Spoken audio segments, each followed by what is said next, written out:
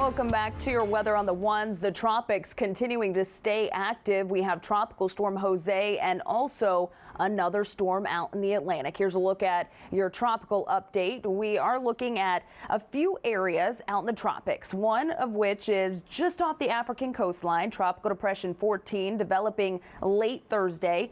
Jose, we've been watching the last several days, was a hurricane, but weakened down to a tropical storm early Thursday morning. It could possibly strengthen back up to a hurricane as it remains away from Central Florida. We also have another area of low pressure with high potential for tropical development. So a lot going on in the tropics. We'll start first here again with Tropical Storm Jose. Wind speeds pretty strong for a tropical storm, just below that Category 1 hurricane criteria at 70 miles per hour, moving off to the west-northwest at 8 miles per hour. And as we look at the track of this storm, it's going to be staying well off to our east. We might see higher swells, we might see a higher rip current threat, but it's only going to be indirect impacts as Jose is expected to make a northward turn and stay away from, it looks to be Florida, the Carolinas, maybe starting to make those places in New York, Boston, people up there a little nervous as we head into next week. But the latest run, the models do start to curve it back out to the Atlantic. So hopefully this storm